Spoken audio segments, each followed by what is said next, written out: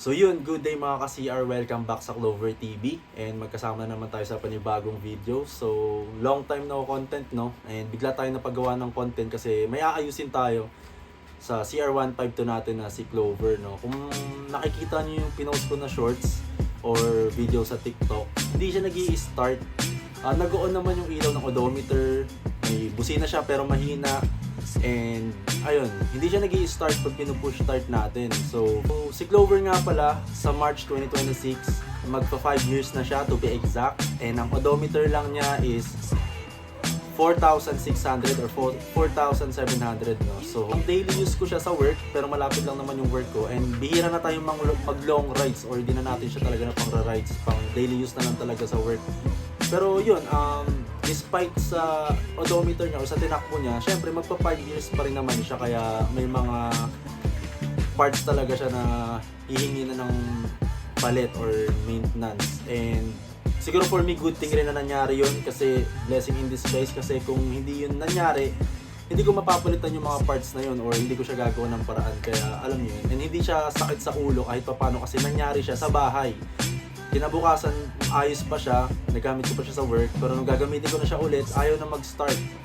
Pag kinikickstart natin siya, gumagana, pero maya-maya papatay na rin. Pero yung push start talaga ayaw na. Lalagay ko dito sa video na to kung ano yung nangyayari para sa mga hindi nakapanood makita nyo, no? So yun, nagpalit na tayo ng spark plug, tinanggal ko yung stock na spark plug, yun pa rin yun, ngayon ko palang napalitan, and dinala ko siya sa shop. And binigyan nila ako ng compatible na spark plug kasukat, and hindi pa rin naayos yung sakit. Kaya other thing is bumili na tayo ng battery, no? Bumili tayo sa shop. So tinanggal natin yung stock nating battery. Papakita ko sa video na to kung paano ko siya tinanggal and kung paano ko kinabit yung bago para may idea kayo paano magpalit sa sarili nyo lang, no? So ayun, ang lesson siguro sa akin kung nangyari na wag magpakampante porket walang mga kumakalampag or walang mga parts na bumibigay is, ayun, hindi ko na siya ipapacheck or kakalimutan ko na yung maintenance kasi. So ayun, ito nga pala yung stock battery ng Kiwi CR152. Sure naman siguro ko ganito sa lahat, no? Itong klase na pala ng battery na to, ito yung nilalagyan ng distilled water. So bubuksan niya mga takip yung lalagyan.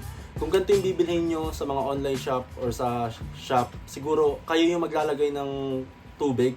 Or kung doon nyo naman siya ipapagawa, sila na maglalagay, no? Kung mapapansin nyo, ang itim na ng tubig niya, syempre 5 years ba naman eh. And sa pagkakaalam ko mga ka-CR, based sa mga napagtanungan ko and research ko, ang normal na lifespan ng battery ng motor is 2 to 3 years lang. So sa akin, given na magpa 5 years na siya sa March, and ayun, umabot siya ng almost 5 years. So talagang okay rin. Siguro dahil nga na onti lang yung tinatakbo, pero yung edad na kasi niya bumibigay na eh, no? So ang binili nating battery or ang ipapalit nating battery is gel type siya. So ito siya. So pumunta ako sa physical store or sa motor shop para bumili. Dinala ko yung luma kong battery para sukat kasi may mga battery na mas maliit or mas malaki. Okay lang kung mas maliit ng onte, magagawa ng paraan. Pero pag mas malaki kasi, tapos mamaya in-order nyo sa online shop, baka magka-problema kayo ibalik. Kaya napag-decisionan ko na bumili sa physical store or sa shop. So ito pala yung tatak niya, cage ata. And may kasama siyang bolts or nuts na bago. Kasi yung luma na nakakabit sa stock may kalawang na. And by the way, importante to lahat ng battery is parang may sukat ng volts or milliampere. So based dito sa stock na nakakabit, mapapansin nyo may 12 and 7 no, dash 3B. So 12 volts, 7 milliampere. So yun yung sukat niya, no. And for me, mas magandang, or ang ginawa ko, naghanap ako ng kamatch talaga niya kasi may ibang nagkakabit na 12 volts pero 9 yung milliampere. So pero ayun, no, tayo nag-play safe tayo, kaya ang binili natin yung sukat na sukat lang niya, which is ito. Kung mapapansin nyo, 12 volts rin siya and yung milliampere is 7. And tinest pala to sa shop bago ko bilhin, so tama naman yung voltahe niya. So ito yung pinagkaiba nila.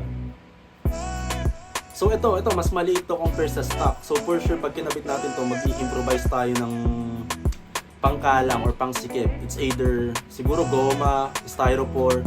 Kasi by the way, ang battery naman is hindi siya umiinit or wala naman chance na magliyab siya for me, kaya hindi naman masusunog yung pangkalang na gagamitin natin. And may mga gumagawa na nakikita ko na pag mas maliit yung battery na binili. So ito, since mas maliit siya, yun, maglalagay siguro ako ng styrofoam para sakto siya, kasi di pwedeng umuuga-uga siya sa lalagyan. Delikado yun, and ang pangit. Sana hopefully tumagal siya kahit 2 to 3 years lang, or minimum of 2 years, kasi based naman sa mga research ko, 2 to 3 years is goods na siya, no? So another thing mga ka-CR, kung bibili kayo ng battery, yung ganito medyo mas may kamahalan siya compare sa mga gel types. Yung nilalagyan ng tubig, sinearch ko siya, naglalaro sa mga 1,100 to 1,300 yung price, unlike sa mga gel type na nasa 600 to 900 may mabibili ka na. Pero disclaimer lang, hindi natin binili to dahil mas mura siya, no? Binili natin to para ma-experience natin yung pinagkaiba nila, kasi in the long run, kung hindi naman siya maayos or di siya maganda, then babalik tayo sa nilalagyan ng tubig. Pero kung okay naman siya, at least na-experience natin. And don't worry, update ko naman kayo sa bawat lagay ng motor natin kung may masisira or may papalitan tayo, diba, gagawa natin ng content yun. So kaya itatry ko muna tong gel type. Yun lang mga ka-CR, tara samahan nyo na akong igabit tong bagong battery natin, and tignan natin kung aayos si Clover sa battery na to, and hopefully sana umayos na siya para magamit na natin. Hopefully makatulong sa inyo tong video na to kung nagpaplano kayo magpalit ng battery or nasiraan din kayo. Ayun, panoorin nyo lang to, guys. So yun mga ka-CR, FYI, yung battery nga pala natin is nakapwesto sa left side panel ng motor, and kung mapapansin nyo, nandyan pa yung spare na clutch and throttle cable ko if ever masiraan. So tatanggalin nyo lang yung mga tornilyo sa negative and positive na wire. May color coding naman yan eh, and sa battery makikita nyo yung symbol kung ano yung negative and positive. So yan, Phillips screw lang yung gamit natin. Kung mapapansin nyo, kalakalawang na nga rin yung stock na tornilyo, kaya buti rin may tornilyong kasama yung binili nating battery. And kung gagawin nyo to, make sure nyo na nakapatay yung motor natin, ha. Kahit hindi naman na kayo mag-gloves, basta make sure nyo na patay yung motor. Ayan, yung tornilyo, tatapon na natin yan. So dahan-dahanin nyo yung pagkala sa mga wire kasi, baka mapigtas eh.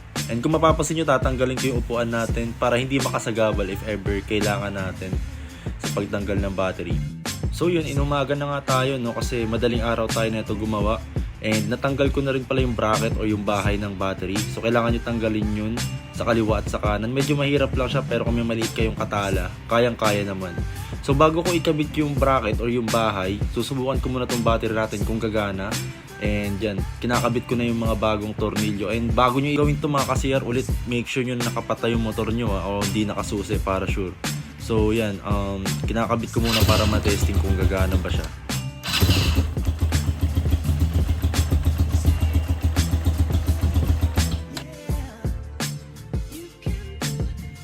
So itong bagay na ito mga ka-CR, hindi ko alam yung tawag, pero para siyang hugis lighter. Ingatan nyo yan, ha, hindi yan tinatanggal or pinapalitan.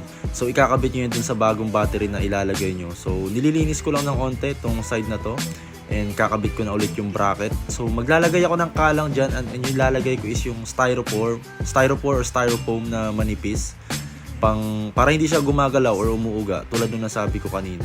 So nilalak ko muna yung kaliwat kanang screw gamit yung katala bago ko ilagay yung pangkalang, para sure na nakalak na yung bracket or yung bahay niya. And mga ka-CR, baka malito kayo dito sa bagay na to, ha. Sa stock kasi nating battery may ganto, kasi nga may tubig yun. Papakita ko sa inyo kung paano siya nakakabit.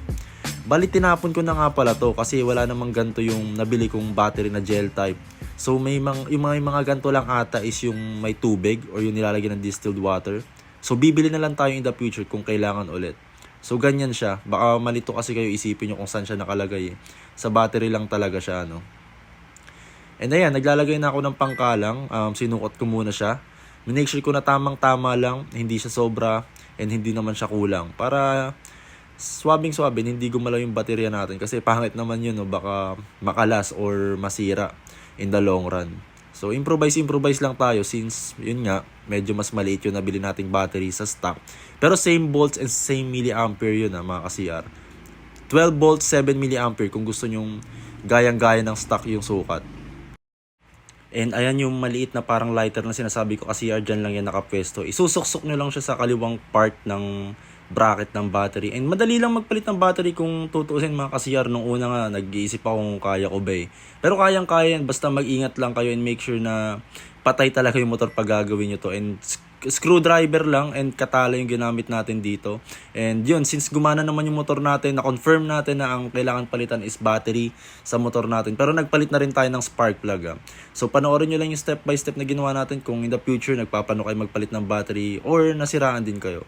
So maraming salamat sa inyo ka-CR. Sana nakatulong tong video natin sa inyo. Hanggang sa muli.